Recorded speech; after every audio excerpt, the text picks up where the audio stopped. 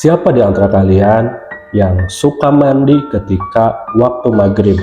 Apalagi ketika azan maghrib. Ayo, siapa di antara penonton yang suka mandi di waktu tersebut? Usahakan kalian jangan mandi ya di waktu maghrib datang, apalagi ketika azan maghrib berkumandang. Apalagi kalian sebagai wanita dan wanita tersebut sedang mengalami menstruasi. Usahakan jangan mandi di waktu tersebut. Tunggu dulu saja sampai dengan setelah Isya.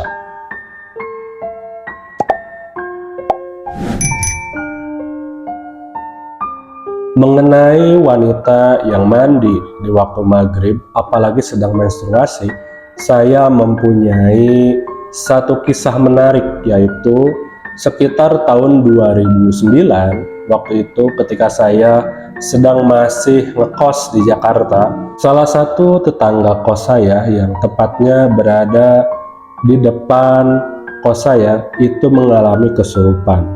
Dia seorang karyawati atau karyawan yang waktu itu datang ke kosnya setelah bekerja sekitar hampir maghrib.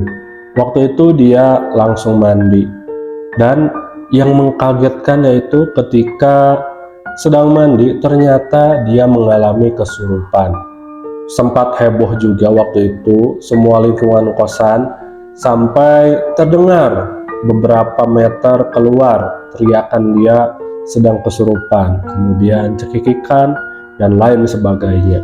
Kosan kami waktu itu dekat dengan musola, dan sampai musola pun terdengar suara ketawanya orang yang sedang kesurupan. Sontak saja setelah sholat maghrib, kami semuanya yang sedang berada di musola serta tetangga kos lainnya pada keluar dan mencari sumber suara tersebut yang mengagetkan.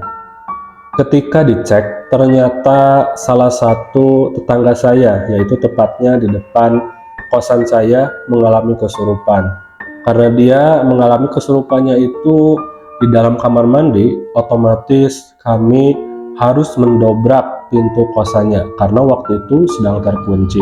Setelah berkoordinasi dengan Pak RT setempat, kemudian memanggil para tokoh-tokoh yang berada di sekitar, dan disaksikan juga bersama Pak Ustadz dan warga lainnya serta tetangga kos yang di sana, kami bersama-sama membuka paksa pintu kosan yang dicurigai sedang mengalami kesurupan tersebut.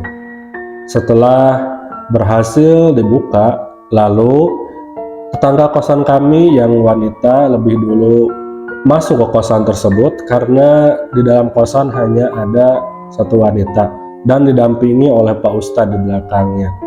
Dan ketika dilihat, ternyata sumber suara berada di kamar mandi. Waktu itu kamar mandinya juga ternyata terkunci rapat dan kami harus mendobraknya pula. Setelah didobrak, ternyata ada hal yang mengagetkan, yaitu tetangga kosan kami yang wanita sedang mandi ternyata kesurupan, dan yang kami membuat tercengang yaitu posisi dia kesurupan itu sudah full seluruh badannya kemasukan oleh sosok jin, yang mana perubahan fisiknya pun sudah mulai terlihat. Waktu itu kami melihat di lokasi kejadian, si yang kesurupan posisinya sudah menempel di tembok-tembok kamar mandinya. Waktu itu berada di hampir ke atas langit-langit kamar mandi, dia menempel. Kemudian juga si taring dari giginya pula terlihat bertambah panjang beberapa senti. Lalu si kuku-kukunya itu sudah panjang-panjang, dan tentu saja rambutnya sudah acak-acakan. Posisi dia seperti cicak saja menempel di dinding, dan sambil ketawa-ketawa matanya berubah berwarna merah.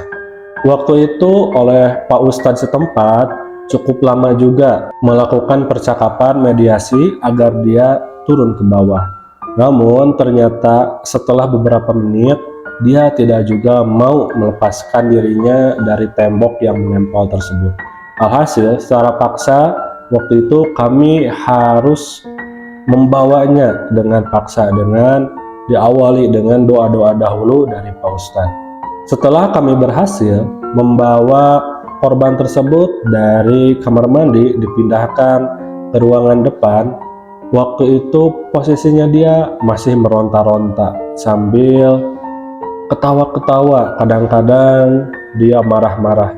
Dan tentunya juga yang berbahaya adalah si kuku-kukunya dan si taringnya pun hampir menggigit salah satu orang yang sedang membantunya tersebut.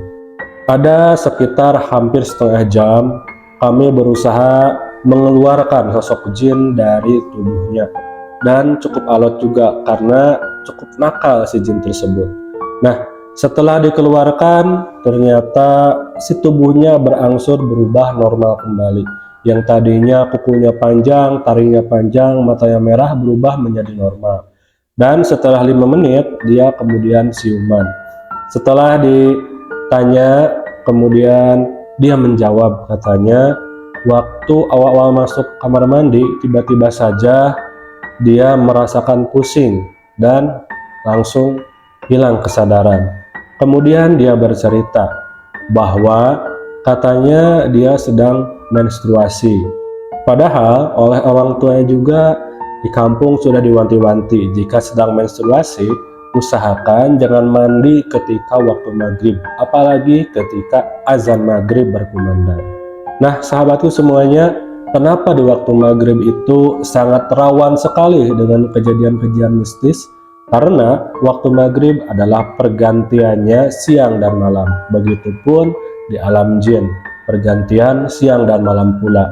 Ketika di alam kita itu menuju malam, di alam jin mereka mulai berkeliaran, sehingga secara energi pula dalam kondisi tidak stabil. Apalagi ketika para jin keluar dari dimensinya dan ada manusia yang ternyata lemah secara batinnya dan bisa menjadi objek kenakalannya, maka terjadilah dia kesurupan, apalagi sedang menstruasi, karena darah menstruasi merupakan yang mereka sukai, akan tercium baunya, bagi mereka itu baunya yang enak sehingga menjadi makanan mereka.